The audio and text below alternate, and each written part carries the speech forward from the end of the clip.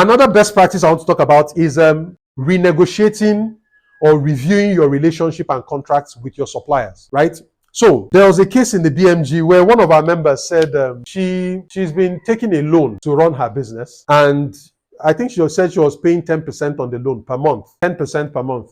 By the time I looked at the numbers and the performance of her business, I instantly told her, you are paying too much for this loan. You are overspending on interest costs.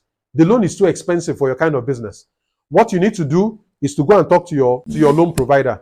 Tell the loan provider that 10% is not practical for my business. I cannot do 10%. I can only do something within this range. And I'm glad, I love people who execute on advice. There are people who just get advice, they don't do anything with it. I don't work well with such people. I like people who are action oriented. And this lady, one of them, she went ahead, took action, and I think the interest rate dropped from, I think she said she was getting at 10%, from 10% to 6%, almost half. And all it took her was to have that conversation with the supplier, with the financier, to renegotiate the interest rates. So just think about how many things in your business you are overpaying for because you've not started that conversation with your supplier. Don't forget, a supplier is like you. They're a business. They don't want to lose customers, right? But again, they are not just going to give you something that you did not ask for. So if a supplier is faced with a situation where you may leave them, or you may go and look for another supplier, which is competition, suppliers would have to cave into your request. They will have to give some ground. So there are things you may need to renegotiate with your supplier. Whether it is the person who supplies you diesel, your landlord, your employees. I think I'm going to come to that point a little later, right? You may need to renegotiate because your employees supply you with labor, right?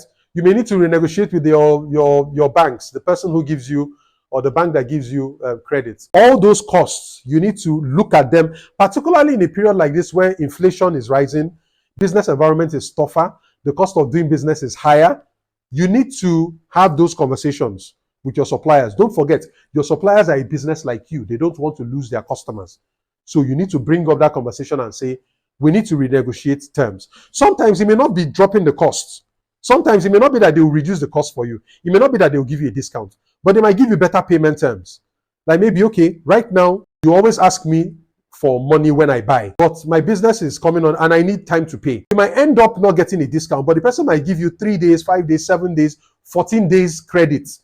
So buy now, pay back 5 days, or pay back in 7 days, pay back in 14 days. That gives you time. That means your supplier is now financing your business and you're not paying any interest cost on it. So you need to have that conversation. Review the relationship you have with your suppliers. If you don't ask, you will not get. If you don't ask, you will not get. So go and let them know, this is what I'm going through. My costs are burdening my business, and I think you can do better. So it's either you help me shave the cost, or you give me better terms. You have to have that conversation.